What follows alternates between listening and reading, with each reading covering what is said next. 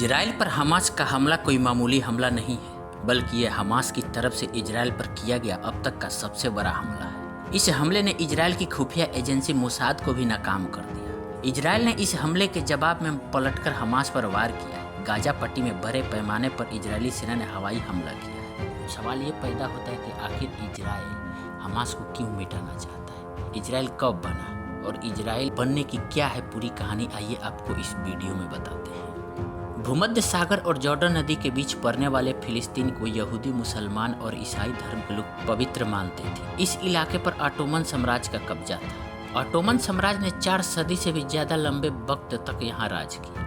19वीं सदी के आखिर में पूर्वी यूरोप से फिलिस्तीन में यहूदियों का पलायन शुरू हुआ। इसे पहला आलिया कहा जाता है। आलिया यहूदियों के दूसरे देशों से पलायन को कहा जाता है। ये पलायन साल 1881 में पूर्वी यूरोप में हो रहे नरसंहार से बचने के लिए हुआ था। इसके बाद 1904 से 1914 के बीच दूसरा आलिया शुरू हुआ। ये पलायन भी नरसंहार से बचने के लिए हुआ था। हजारों की संख्या में यहूदी फिलिस्तीन में आकर बसने लगे। दुनिया भर के मुल्कों से जब यहूदियों का पलायन चल रहा था, तभी 1896 में ऑस्ट्रिया हंगरी के पत्रकार थियोडर हर्जल ने एक आर्टिकल लिखा। इसमें यहूदियों के लिए अलग देश की बात कही गई थी। 20वीं सदी की शुरुआत में जब यहूदियों का पलायन तेज हुआ तो 1909 में पहले यहूदी शहर तेल अवीव की स्थापना हुई। इन सबके बीच ही पहला विश्व युद्ध शुरू हो गया। विश्व युद्ध चल ही रहा था कि उस दौरान 1917 में ब्रिटेन के विदेश सचिव आर्थर बाल्फोर ने ब्रिटेन के यहूदी नेता लॉर्ड रॉथचाइल्ड को एक चिट्ठी लिखी। इसे बाल्फोर डिक्लेरेशन के नाम से जाना जाता है। इस चिट्ठी में बाल्फोर ने यहूदियों को फिलिस्तीन में राष्ट्रीय घर देने की बात मान ली थी। इसके साथ ही फिलिस्तीन इलाके में यहूदी राज्य की नींव पड़ी।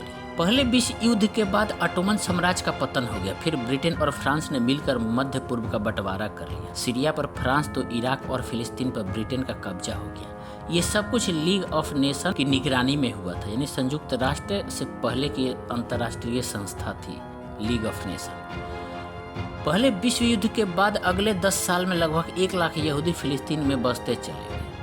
नतीजा ये हुआ कि 1936 से 1939 के बीच अरब में विद्रोह हो गया। ये विद्रोह यहूदियों के पलायन के खिलाफ था। इस संघर्ष में हजारों लाखों लोग मारे गए।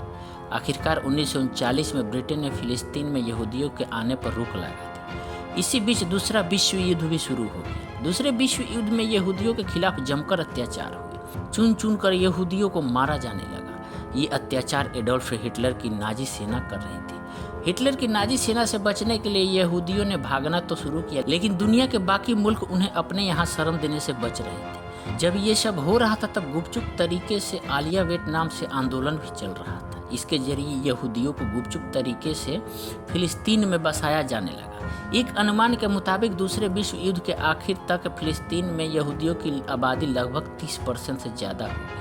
यहूदियों के लिए अलग देश की मांग तो लंबे समय से हो रही थी, लेकिन दूसरे विश्व युद्ध और नाजियों के हाथों यहूदियों के नरसंहार के बाद ये मांग और तेज हो गई। ब्रिटेन ने यहूदी और अरब प्रतिनिधियों के साथ बातचीत कर मसले को सुलझाने की कोशिश की, लेकिन बात नहीं बनी। यहूदी फिलिस्तीन को यहूदी और अरब देश में बांटने की मांग पर अड़े थे, जबकि अरब इसके खिलाफ था। 15 मई 1947 को ब्रिटेन ने इस मामले को संयुक्त राष्ट्र की महासभा के पास भेज दिया। सितंबर 1947 में संयुक्त राष्ट्र में एक प्रस्ताव रखा गया। प्रस्ताव में एक अरब मुल्क और एक यहूदी देश की बात थी, जबकि यरूशलेम पर अंतर्राष्ट्रीय नियंत्रण की बात कही गई थी। दिसंबर 1947 में गृह युद्ध शुरू हो गया। इस बीच ब्रिटेन ने ऐलान किया कि 15 मई 1948 को वो यहाँ से चले जाएंगे। इस ऐलान के बाद अरब विद्रोहियों ने यहूदी इलाकों पर हमले शुरू किए। जवाब में हागानाह, लेही और इरगुन जैसे यहूदी संगठनों ने भी हमला कर दिया। अनुमान है कि यहूदी विद्रोही संगठनों की कार्रवाई में 2.5 लाख से ज्यादा अरबों ने फिलिस्तीन छोड़ दिया। ब्रिटिश शासकों के लौटने से एक दिन पहले 14 मई 1948 को यहूदी नेता डेविड बेन गुरियो ने एक अलग यहूदी राष्ट्र का ऐलान किया। उन्होंने इसे इजराइल का नाम दिया। इजराइल के गठन के एक दिन बाद ही मिस्र, जॉर्डन, सीरिया और इराक ने हमला कर दिया। ये पहला अरब इजराइल संघर्ष था।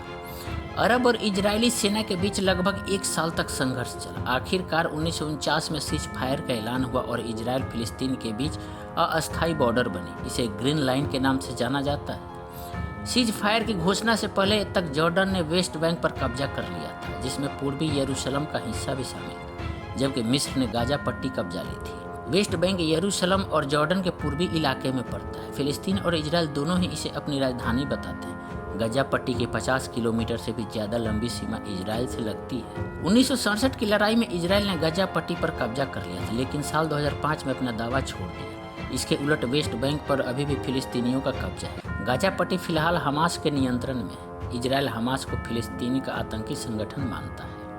1948 में बने इजराइल को अंतर्राष्ट्रीय स्तर पर अगले ही साल मान्यता मिली। 11 मई 1949 को इजराइल संयुक्त राष्ट्र का सदस्य है। इसके इतर फिलिस्तीन अब तक एक मुल्क नहीं बन पाया। फिलिस्तीन असल में दो हिस्सों में बटा है, एक और वेस्ट बैंक और दूसरा गजा पट्टी। वेस्ट बैंक पर महमूद अब्बास फतह की राजनीतिक पार्टी का नियंत्रण है, जबकि गजा पट्टी पर इस्लामिक चरमपंथी संगठन हमास का दबदबा है। फिलिस्तीन यरूशलेम को अपनी राजधानी बताता है, जबकि 1967 में 6 दिन तक चली जंग में इजराइल ने यरूशलेम पर कब्जा कर लिया था और इसे अपनी राजधानी घोषित कर दिया था।